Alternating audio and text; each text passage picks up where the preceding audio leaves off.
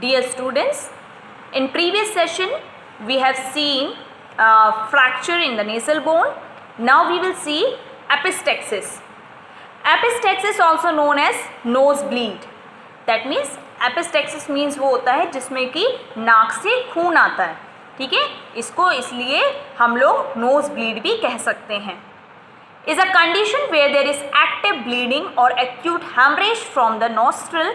ये वो कंडीशन है जिसमें कि ब्लीडिंग होता है या एक्यूट हेमरेज होता है.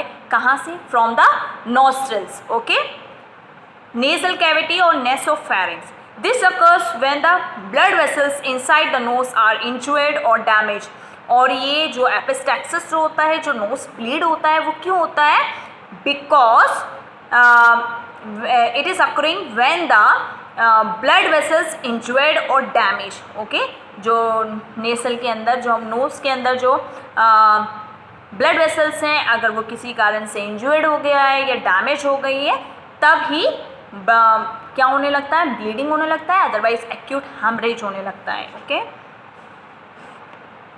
there is two types of epistaxis. One, it is the anterior nose bleeds, and second one, it is the posterior nose bleeds. Anterior nose bleeds make up more than 90% of all nose bleeds. Okay, that means जो anterior nose bleeds होता है वो ज़्यादातर देखने को मिलता है. Anterior nose bleed is usually from the front and lower part of the nose. ठीक है, तो जो anterior nose bleed जो होता है वो कहाँ से होता है? From the front and lower part of the nose. The most common site of anterior bleeding is the nasal septum. तो जो उसका जो कॉमन साइट होता है एंटीरियर नोज ब्लीड का, वो होता है नेसल सेप्टम. ठीक है, जिसको कि हम लोग आगे रोक सकते हैं. ठीक है, जो एंटीरियर नोज ब्लीड्स होता है. बट जो पोस्टीरियर नोज ब्लीड्स है वो क्या है? Are much less common than anterior nosebleeds. मतलब जो एंटीरियर नोज ब्लीड होता है वो तो कॉमन है, but this is not a common. The bleeding usually originates from an artery in the back part of the nose. Remember that anterior nosebleed is starting from the front and lower part of the nose, but posterior nosebleeds, it is originate from an artery in the back part of the nose. Artery in the back part of the nose. मतलब जो bleeding आपकी होगी वो artery से होगी, और जो कि कहाँ है? In the back. कहाँ पर होगी? In the back part of the knows. The blood usually drains down the back of the throat instead of coming out the nostrils. जो हमारा एंटीरियर नोज ब्लीड्स होता है उसमें नोस्ट्रल्स के थ्रू ब्लीड जो होता है वो बाहर आ जाता है, बट जो पोस्टीरियर नोज ब्लीड्स होता है उसमें नोस्ट्रल्स के थ्रू ब्लड बाहर नहीं आता है, बल्कि थ्रोट में जाता है, बैक ऑफ द थ्रोट. ठीक है, अंदर की तरफ में जाएगा. ठीक है, that's why it is danger. So now we will see the cause and risk factors. Fingernail trauma due to excessive nose picking. That means जब नाक में बार बार उंगली डालना और उसको ज़्यादा पिकिंग करना, तो मतलब ये सारी चीज़ छेड़खानी के वजह से भी क्या होता है? ट्रॉमा होने की चांसेस होती है और ब्लीड होने की चांसेस और बढ़ जाती है ट्रॉमा के वजह से. देन ट्रॉमा टू नोज और facial trauma due to road traffic accident और being hit on the nose by a ball और फिस्ट. दैट मीन्स नोज में या फेशियल में कोई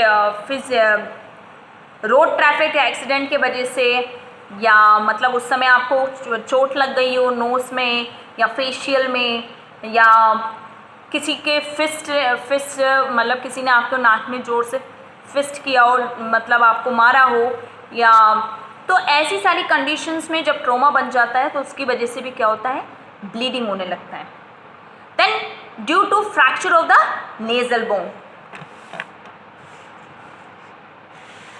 Then iatrogenic causes include nasogastric and nasotracheal intubation. That means जब हम for example जैसे NG tube जब हम डालते हैं, नेसोगैस्ट्रिक ट्यूब जब डालते हैं और उसको सही पोजीशन पे अगर हम लोग नहीं डाल रहे हैं तो it may cause bleed.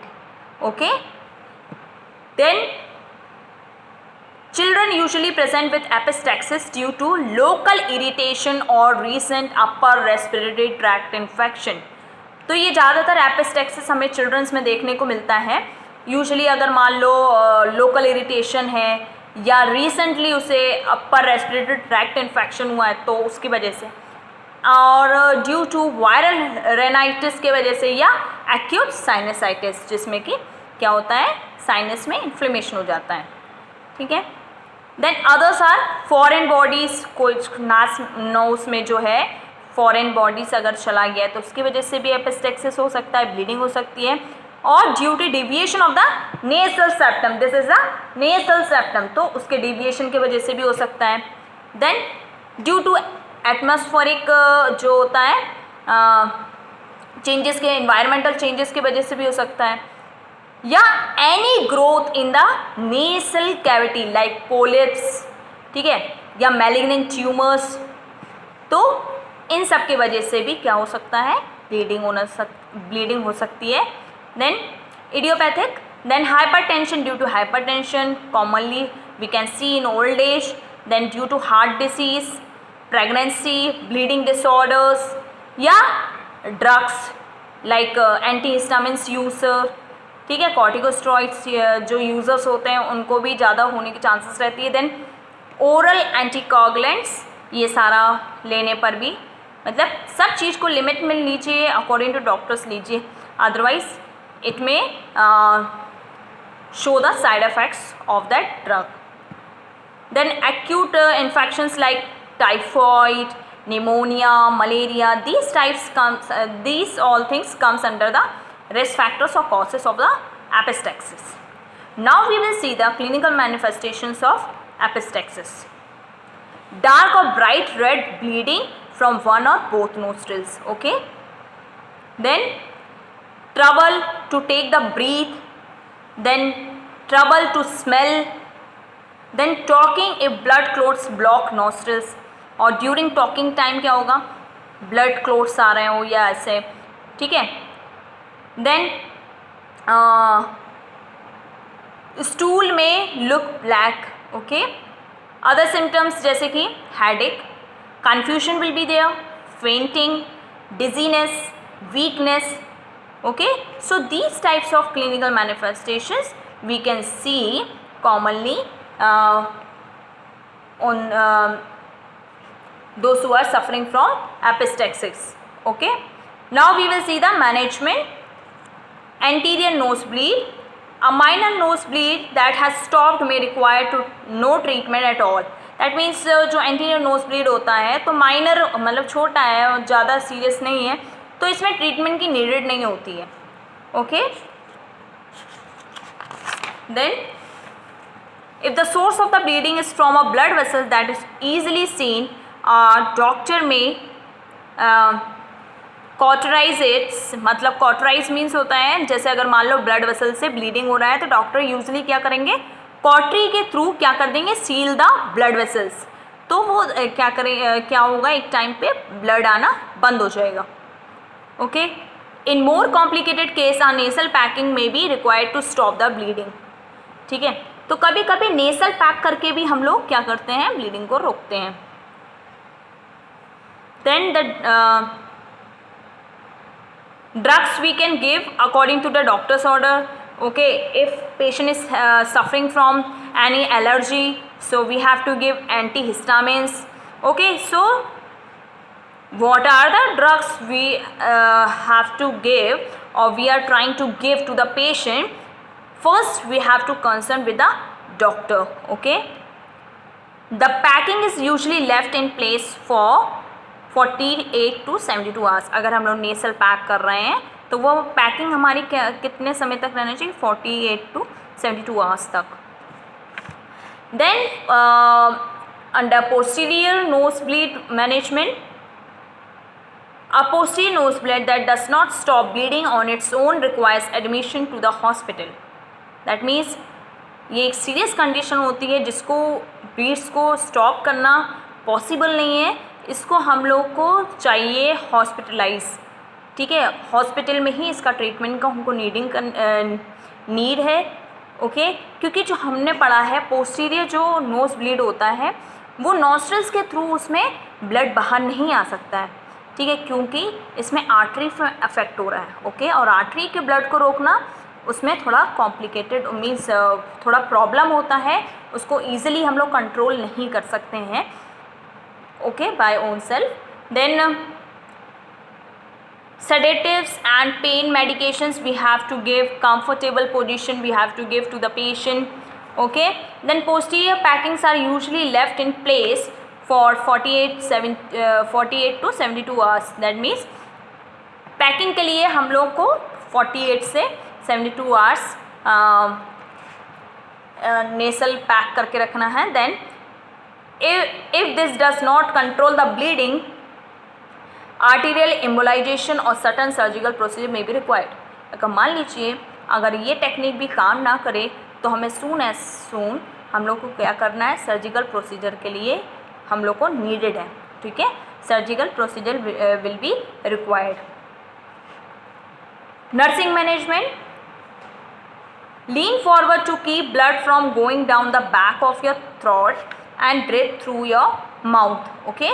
Lean forward to keep blood from going down, okay. Pinch the lower soft part of your nose tightly using your thumb and index finger for 5 to 20 minutes, that means आप thumb and index finger use कर सकते हैं 5 to 20 minutes के लिए। तो जो lower part है nostrils का उसको प्रेस करके रखेंगे, पिंच करके रखेंगे।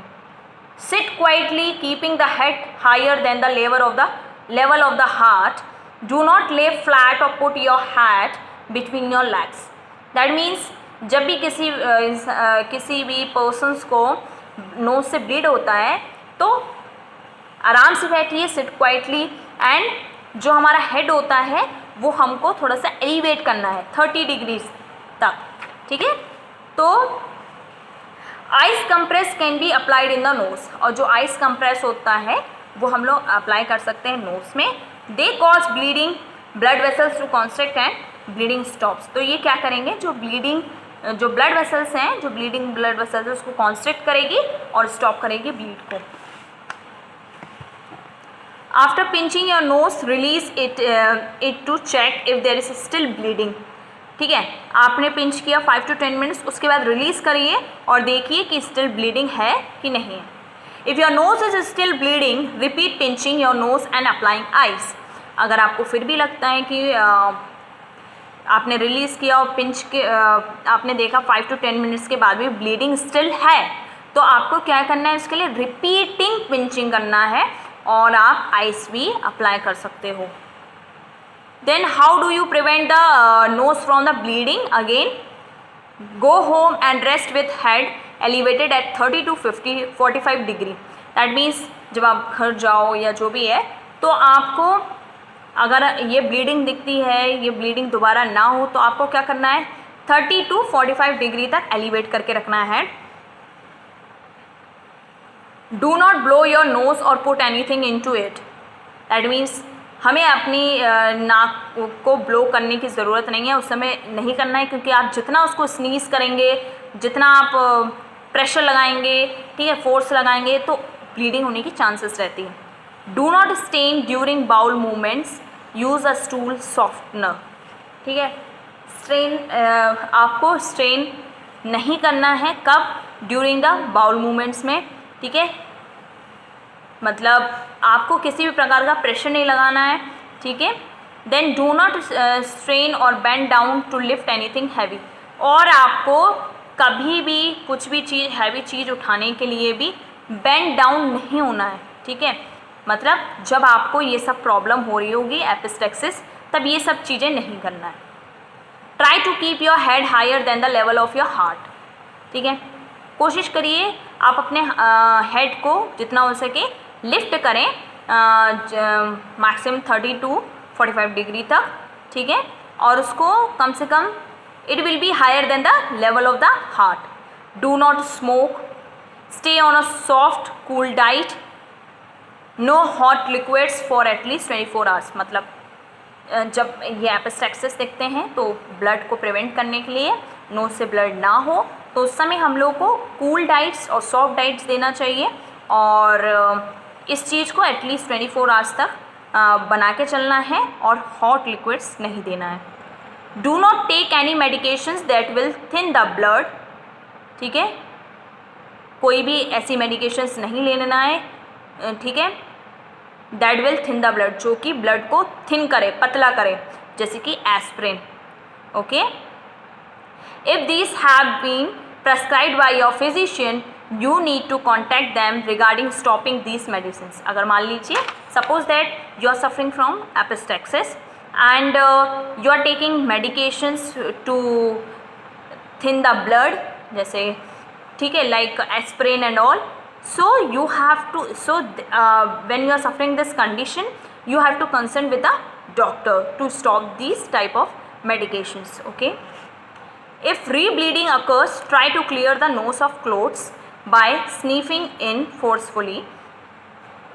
You can temporarily use a nasal decongestant spray such as Afrin or non-synephrine. These types of sprays constrict blood vessels। Means अगर मान लीजिए रीब्लीडिंग अकर्स हो रही है, फिर से ब्लीडिंग हो रही है, तो इस समय आप डीकंजेसेंट जो स्प्रेस होते हैं लाइक एफ्रिन टाइप, तो आप ये सारे स्प्रे यूज़ कर सकते हैं, क्योंकि ये स्प्रे जो होते हैं वो क्या करते हैं, ब्लड वेसल्स को कॉन्स्ट्रिक्ट करेंगे, और जब ये कंस्ट्रिक्ट होंगे तो ब्लड जो है हमारा स्टॉप होगा। Then repeat the steps above और how to stop the common nose bleed. If bleeding persist call the doctor and और visit to the emergency room. That means जितना भी अभी बता दिया गया है आप उन इंस्ट्रक्शंस को फॉलो करते हैं, और अगर आपका ब्लीडिंग रुक जाता है, नोज से ब्लीड नहीं होता है, तो ठीक है।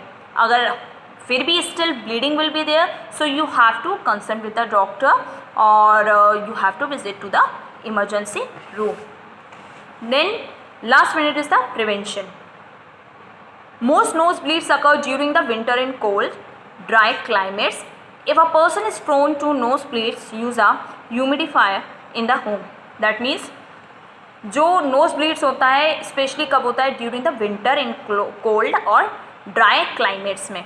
तो इसके लिए क्या करना है, होम को ह्यूमिडिफाई करना है। Then petroleum jelly like Vaseline, antibiotic ointment और nasal saline nasal spray may be use to keep the nasal passage moist. और आप अपने नेसल पैसेज को मॉइस्ट रखने के लिए आप पेट्रोलियम जेली भी यूज़ कर सकते हैं। Petroleum jelly means Vaseline, antibiotic ointment और सलाइन नेसल स्प्रे भी। अवॉइड पिकिंग द नोइज़, और जो हम लोग बार बार हमारी आदत है कि नाक में उंगली डाल के छेड़छाड़ करना, तो ये सारी चीज़ें, ये अननेसेसरी चीज़ों को हमको हटाना है, इसको नहीं करना है, क्योंकि ये क्या करती है, इंजरी करती है, हार्म करती है अंदर, ठीक है। तो ये हार्म करने से क्या होगा, कभी कभी कुछ चीज़ हम ऐसे कर जाते हैं कि वो हमारे जो सॉफ्ट टिश्यूज़ हैं वहाँ पे उसमें कभी नाखून लग जाना या कुछ भी पिकिंग करने से, तो मतलब ब्लीडिंग स्टार्ट हो जाती है, ठीक है। तो इंजरी ना हो तो उसके लिए अवॉइड करना है पिकिंग।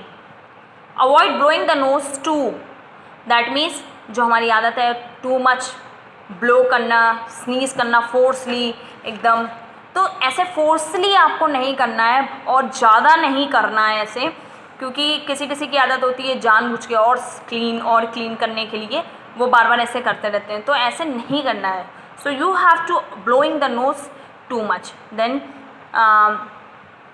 तो ये आपको अवॉइड करना है too much blowing of the nose. Then if the nose bleed is related to another medical condition such as liver disease और a chronic sinus condition, follow the doctor's instructions to keep that problem under control. अगर मान लीजिए जो nose bleed, अगर आपको nose bleed किसी और medical condition की वजह से हो रही है, लाइक लिवर डिसऑर्डर की वजह से या क्रोनिक साइनस कंडीशन की वजह से, तो आपको क्या करना है, डॉक्टर्स के इंस्ट्रक्शंस को फॉलो करना है, ठीक है, जिससे कि पहले उन मीन्स वो सारी मेडिकल कंडीशन को कंट्रोल कर सकें। Avoid straining while passing stools और lifting anything heavy and stop smoking. तो आपको किसी चीज़ में स्ट्रेन नहीं करना है, स्पेशली पासिंग स्टूल्स और कोई भी हैवी थिंग्स उठाते समय, लिफ्ट अप करते समय, and of course you have to stop the smoking. So today we have seen epistaxis. Under the epistaxis we have seen it is also called the nosebleed. ठीक है, तो nosebleed where there is, it is a condition where there is a active bleeding or acute hemorrhage will be occur from the nostrils or nasal cavities or nasopharynx. Okay, why it is happening? Due to blood vessels damaged or injured. So here we have seen the two types of epistaxis, anterior nosebleeds and posterior nosebleeds. Anterior nosebleeds, it is a common rather than posterior nosebleeds. Anterior nosebleeds start from the front and lower part of the nose, but posterior nosebleeds is originate from an artery in the back part of the nose. The most commonly in the anterior bleeding, it is in the nasal septum and it is coming out through the nostrils, but in the posterior nosebleeds the blood usually drain down the back of the throat instead of coming out from the nostrils. After that we have seen the causes and risk factors. Okay, this already I have taught you, so I am not going to repeat this. I hope you understood the causes of epistaxis. Now clinical manifestation we have seen, like breathing trouble will be there, swelling will be there, and some headache will be there, fainting, dizziness, weakness and all. Then after that we have seen the medical management, and first we have seen the anterior nosebleed, then after that we have seen the posterior nosebleed. ठीक है, that means posterior nosebleed we have to take the doctor, we have to consult with the doctors because it's a serious condition, because artery will be damaged. Okay, and blood is coming from the artery only. And after that we have seen the nursing management. Under nursing management we have seen normally when nose bleeding is there, you have to elevate the head at least 30 to 45 degree. Okay, ice packs you have to use, okay, to decrease the swelling and all. Then after that we have seen the prevention.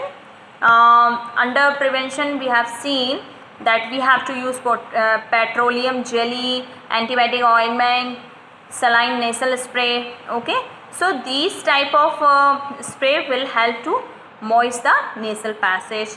Then avoid the blowing the nose too much, and of course you have to stop the smoking if you are taking, and if you are if the nosebleed is there because related to any another medical condition like liver disease or chronic sinusitis, so you have to consult with the doctor to control of these type of problems.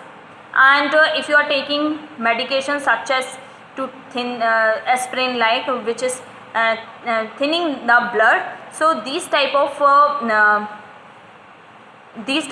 drugs you have to stop. You have to consult with the doctor to stop these type of drugs, because it may occur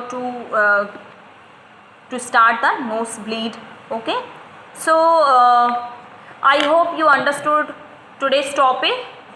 In first session we have seen fracture in the nasal bone, and second session we have seen epistaxis. Thank you.